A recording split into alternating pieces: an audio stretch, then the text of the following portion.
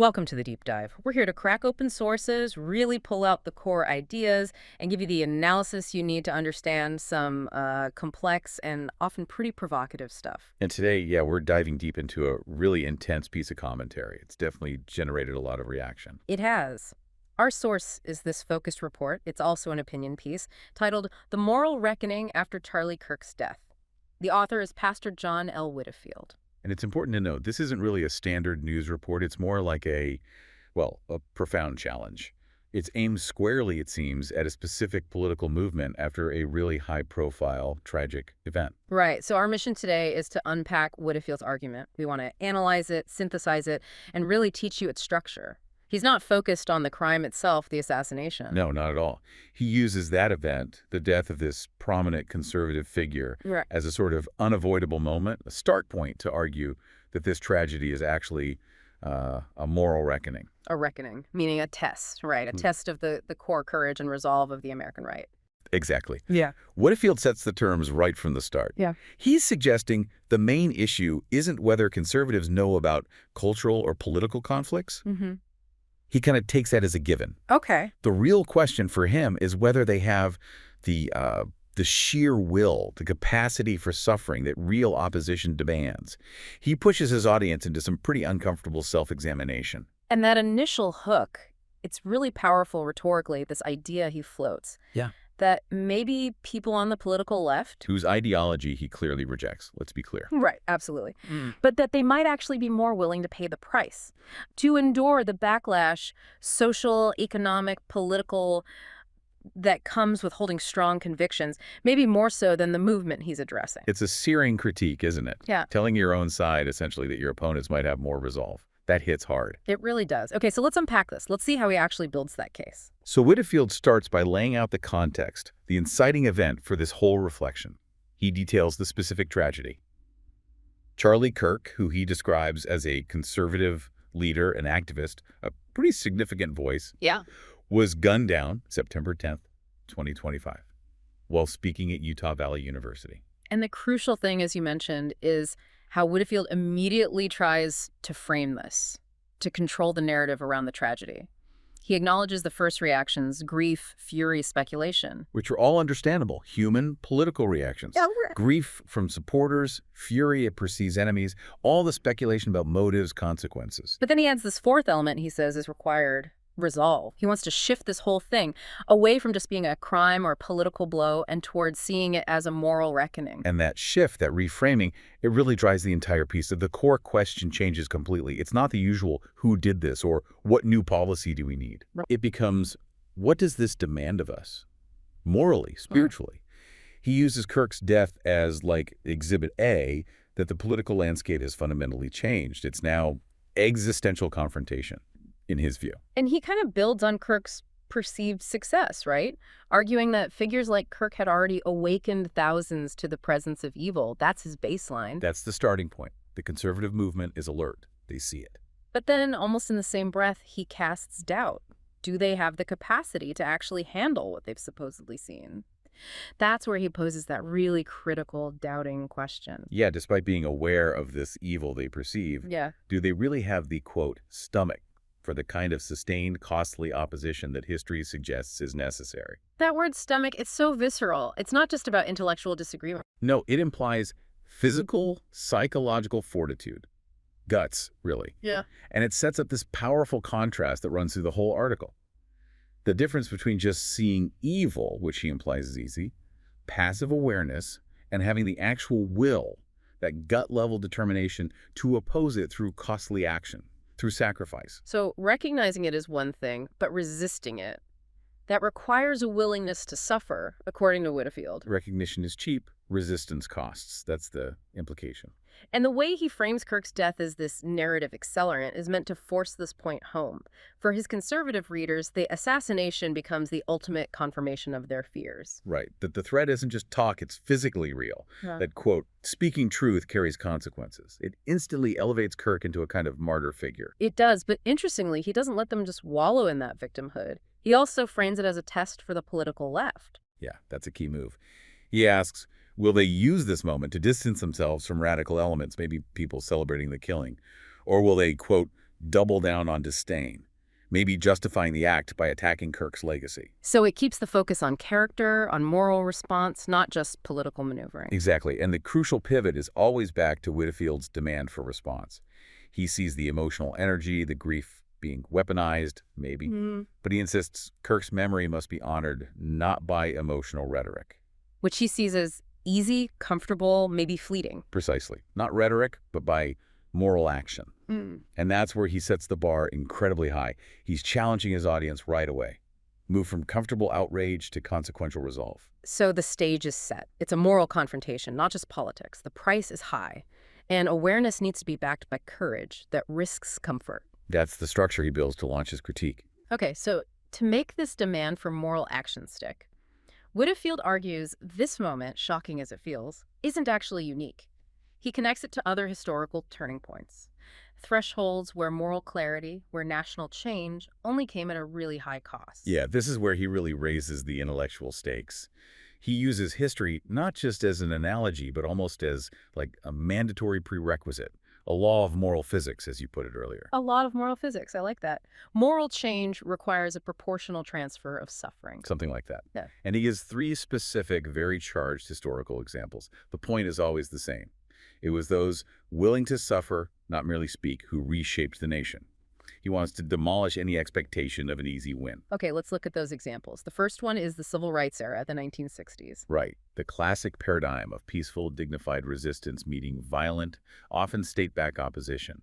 The suffering wasn't just endured, it was almost strategically absorbed. He emphasizes how the moral high ground was held precisely because people endured the attacks, the jail time, the social rejection. And it wasn't just one event. Widdifield stresses the sustained nature of it. Years of deliberate, nonviolent submission to violence that eventually broke the opposition's moral standing. Endurance as a tool, basically. Then he shifts to maybe an even heavier example, the post-Civil War South. Yeah, this one is maybe his most potent illustration of long-term suffering. He talks about black citizens, their allies, facing constant political betrayal, the terror of lynching, huge economic loss. But crucially, while facing all that, they were also building, establishing schools, churches, community structures, the foundations of civic life. Exactly. So that example shows 2 things for his argument. 1, the immense personal cost, the institutionalized terror. But 2, the response wasn't just protest. It was constructive, enduring action, building institutions of righteousness despite the suffering. That takes immense perseverance, refusing to just be consumed by rage. And the third one, early labor movements. That brings in the economic hardship angle. Very visceral. He mentions mothers and children crushed under the boots of industrial tyranny, fighting for basic rights, yet still finding the resolve to march, to organize. All these examples involve tangible risk, physical danger, financial ruin, deep personal vulnerability. And that's the point. His technique here is quite effective, assuming his audience connects with these historical moments. By using these epochs where huge moral shifts happened, he establishes this universal requirement. You don't get moral victory without paying a severe personal price. He's using historical martyrs, institution builders, to say that just being outraged online or going viral is completely insufficient for the kind of struggle the right claims it's in. It's a powerful technique. But does he address the potential disparity?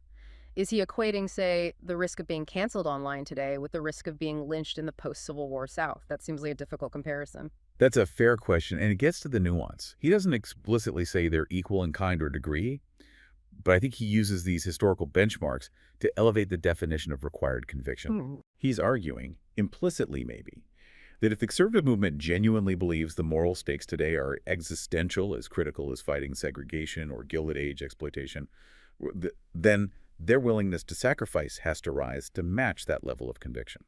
The type of danger might differ, but the degree of willingness to lose something significant must be comparable if the stakes are truly that high in their own minds. Okay, so he's saying, if you believe this fight is that important, on par with these historical struggles, then your willingness to endure loss needs to be on par too. Don't expect a clean, comfortable win. Exactly. No bloodless victories in battles you define as existential. That's the historical setup for his main critique. And that analysis of historical suffering leads us right into Widdifield's core thesis, his most pointed critique. He boils down the movement's perceived failure into one sharp phrase. The right is alert. The left is activated. That's the difference. Alert versus activated. So alert just means aware. They see what's happening, the policies, the cultural shifts they don't like. They're awake politically. Right, they've achieved awareness. But Widdifield insists that's just not enough. Evil, he argues, doesn't just pack up and leave because you've noticed it. It only flees when it's driven out, and that requires stamina, courage, and sacrifice. That's his line. Exactly. He's suggesting the right has the map, they see the conflict zone, but they lack the stamina, the guts to actually cross the terrain. So this difference between alert, passive knowledge, and activated, costly action is the key. And he doesn't just diagnose, he performs surgery, right? He details 4 specific internal weaknesses he sees holding the right back. Yes, 4 reasons why they lack the necessary stomach, as he puts it, to drive out what they perceive as evil. Okay, let's break these down because they offer a real window into the psychological profile he's critiquing. First, they crave institutional approval. This is a pretty devastating point. Yeah. He argues that even though they often criticize the institutions, universities, media, big corporations, the right fundamentally doesn't want to be truly countercultural. They still want in. In a way, yes. They still want validation. They want mainstream publishers for their books, elite acceptance for their ideas, establishment praise for their leaders. And Widdifield implies if you secretly crave approval from the system you claim to oppose, you can't effectively challenge it. Your hands are tied by that desire. And that desire for approval leads to restraint, which connects to the second point. They value decorum over disruption. Precisely. This is about sticking to the established norms. Respectability politics, you might call it. Preferring polite debate, orderly processes, traditional manners. Even when maybe something more disruptive is needed. That's his argument. Sometimes forcing change or just highlighting injustice requires making noise, protesting, causing inconvenience. If chasing polite decorum stops you from doing what's necessary, then decorum itself becomes the obstacle to moral victory. That's quite an inversion. Sometimes being morally right means being socially messy. Okay, the third critique hits identity. They fear being labeled radical more than they fear moral collapse. This cuts deep. It's about reputation. Widdifield suggests many on the right prioritize respectability. They desperately want to avoid being called extremist or fringe. So that fear is stronger than their fear of the actual crisis they perceive. That's the implication. They'd rather sacrifice a core conviction, or at least soften their stance, than risk public condemnation or being ostracized. It defines moral failure as a fear of being misunderstood or disliked. And the fourth point seems to wrap it all up. They've traded risk for rhetoric, or, as he puts it, outrage for action. Yeah, outrage is easy, Widdifield implies. It feels productive, you get likes, you feel validated, but doesn't actually cost you anything significant. Posting online, firing off angry emails, going to rallies, these things usually carry 0 personal risk to your job or social standing. It's the comfortable substitute for costly action. Exactly. Costly action like organizing serious boycotts, quitting a job on principle, engaging in protests that might actually get you arrested or fired, things that genuinely impact your life. He's saying they talk a big game about the crisis, but they aren't willing to actually walk towards the fire. And the comparison he makes to the left here is crucial. It's like the bitter pill he wants his audience to swallow.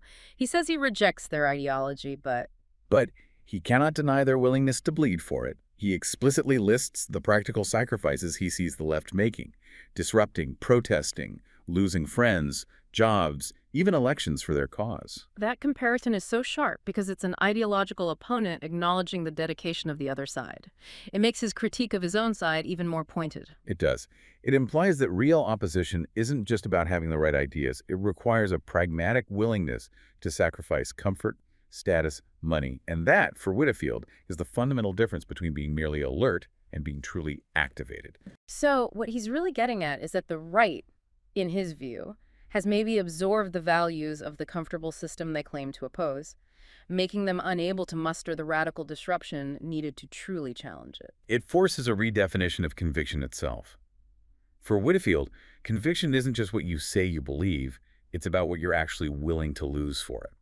Okay, so after delivering that really stinging critique, this idea that the right lacks stomach because it loves comfort too much, Widdifield shifts gears. He moves to prescription, but it's harsh medicine. Very harsh. He basically accuses his audience of wanting the results without paying the price history demands. He uses those powerful, almost ironic pairings. We want revival without repentance. We want courage without conflict. We want legacy without blood. That framing is meant to shock, right? To say, you're wishing for a miracle, an effortless win that history just doesn't offer. Exactly. You can't get the good stuff, revival, courage, legacy, without paying the entry fee. Repentance for past failures, engaging in real conflict, and personal sacrifice, even blood. It sets up the context for the specific actions he says are needed. So, if conservatives and Christians, his target audience, really want to push back darkness, Widdifield lays out 5 specific requirements. And these aren't about ideology, they're about practical, sacrificial behavior. Yeah, let's dig into these 5 actions. The first one, suffering without self-pity. Okay, what does that mean practically? It's a direct hit against playing the victim or complaining. When hardship comes social cancellation, job loss, personal attacks, the response has to be dignified endurance. No whining, no demanding sympathy. Use the suffering as fuel, not an excuse to quit. Got it. Number 2, truth without compromise. This means sticking to your principles rigidly, no matter the political fallout, no matter the pressure to water down your message to be more acceptable. It directly counters that craving for institutional approval he diagnosed earlier. So, speak the unpopular truth, even if it means getting shut out. That's the idea. Third, and this one's really interesting in a moral context, love without cowardice. Love without cowardice. We usually think of love as gentle. Right, but Widdifield argues that real moral love isn't weak. It has to be backed by fierce, courageous action to protect what's right. Cowardice here is failing to act decisively when a principal or maybe a vulnerable person is under threat. Love demands you take risks. Okay, the fourth one seems central to his whole argument, conviction that costs us comfort. This is the absolute counter to the comfort culture he critiqued. He's saying, if your belief system doesn't lead to personal hardship, if you never lose a promotion or a friend or social standing because of it, then he seriously questions if it's authentic. He's challenging people to basically identify the price tag of their faith or their ideology. What has it actually cost you? Exactly. What does that cost look like? Maybe rejecting a high-paying job if it violates your morals, facing isolation in your community, choosing principle even when it leads to financial struggle. It turns belief from just a weekend thing into an expensive, lifelong commitment. And the fifth requirement, organized resistance to cultural conformity. This pushes beyond just individual acts of bravery. It calls for collective, sustained effort. Building actual opposition structures, maybe parallel institutions, organized boycotts, systematic pushback against the prevailing cultural norms, instead of just complaining about them or waiting for the next election. It's about building something, not just reacting. Right. And the ultimate cost, maybe the hardest one in our image-obsessed age, is what Widdifield identifies last. If you truly want to influence the culture, he says it requires the courage to be misunderstood, even hated, by the world we claim to influence. Wow. That raises a huge question for today. In a world driven by media, social media, public perception, is genuine influence even possible if you accept being condemned or scorned publicly? Widdifield seems to argue that true moral influence often comes through rejection, not acceptance. The real test of your conviction is being willing to take the heat, the scorn, the opposition from the very people you hope to persuade. Essentially, you must be willing to be hated if you're really challenging the status quo. So the unavoidable takeaway here is that comfort is the great enemy of moral victory, in his view. History, righteousness, they demand payment. And that payment is personal sacrifice. You can't negotiate the price down. The price is fixed by the gravity of the conflict, as you define it. Yeah. So, as Widdifield wraps up this really potent commentary, he gives a kind of 4-stage framework. It feels like a final self-assessment tool for the reader to make sure they grasp the escalating commitment required. Yeah, it's a sobering ladder, isn't it? Designed to stop people from confusing early steps with final victory. He starts at the bottom rung. Seeing evil is not the same as standing against it. Just being aware, being alert, that's passive. It's only the start. Then the next level up demands more than just a one-off action. Standing against it is not the same as enduring it. Standing up can be a single moment of defiance, easily forgotten. Enduring means holding firm under sustained pressure, being willing to suffer over the long haul. And then the highest level, the final distinction. Enduring it is not the same as overcoming it. Real victory isn't just survival, it's prevailing, pushing back. And that takes maximum effort, maximum resolve, beyond just hanging on. It's a powerful framework. It forces the reader to ask, Right. okay, honestly, where am I on this scale? Right. Then he pivots to his final big rhetorical move. It's probably the most quoted line from the piece, contrasting two kinds of passion, two kinds of energy. He suggests the left might possess the fire of revolution. Yeah, an energy he seems to characterize as driven by a desire for radical, immediate change, maybe fueled by anger, resentment, a rejection of existing structures. It's potent, but maybe volatile. And the profound question he then puts to his own side, his own audience, is, do you have the fire of righteousness? This feels like an appeal to a different, maybe deeper motivation. It does. The framing implies their drive needs to be pure, not just about earthly power or temporary disruption or reacting against things.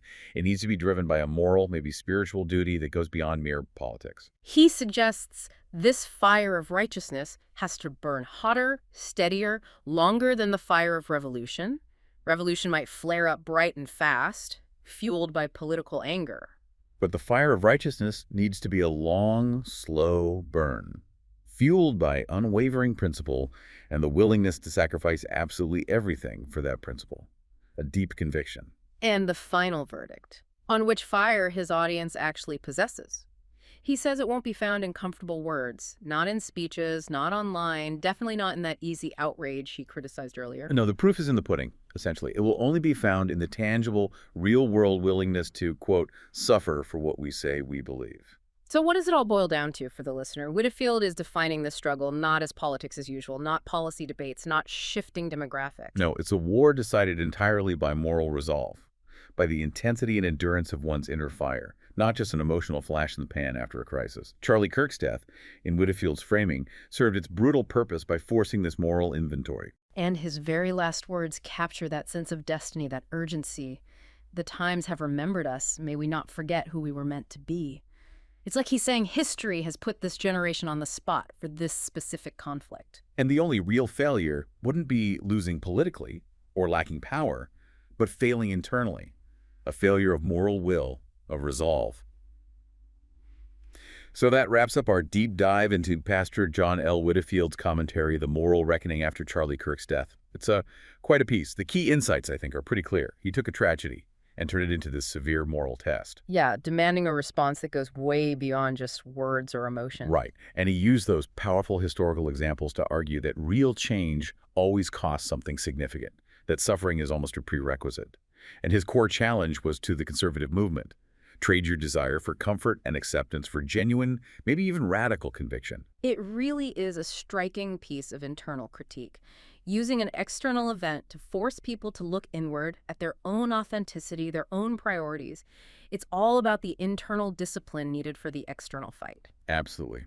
And that call for action that actually costs comfort, that remains the core, enduring challenge of the piece, he forces the reader, and maybe all of us, to ask, if you really believe something, what are you genuinely willing to lose to prove it? We've explored his argument that willingness to suffer is the true measure of conviction, that this fire of righteousness has to burn hotter, longer than any fire just fueled by political anger. A demanding standard. It is. So for you, the listener, we'll leave you with Widdifield's ultimate challenge, maybe reframed slightly. We've talked about conviction requiring sacrifice, losing comfort or approval. Think about it personally. What specific comfort, what status, what institutional nod are you perhaps unwilling to sacrifice for a belief you hold deeply? Something to mull over. Definitely something to think about. Until next time on The Deep Dive.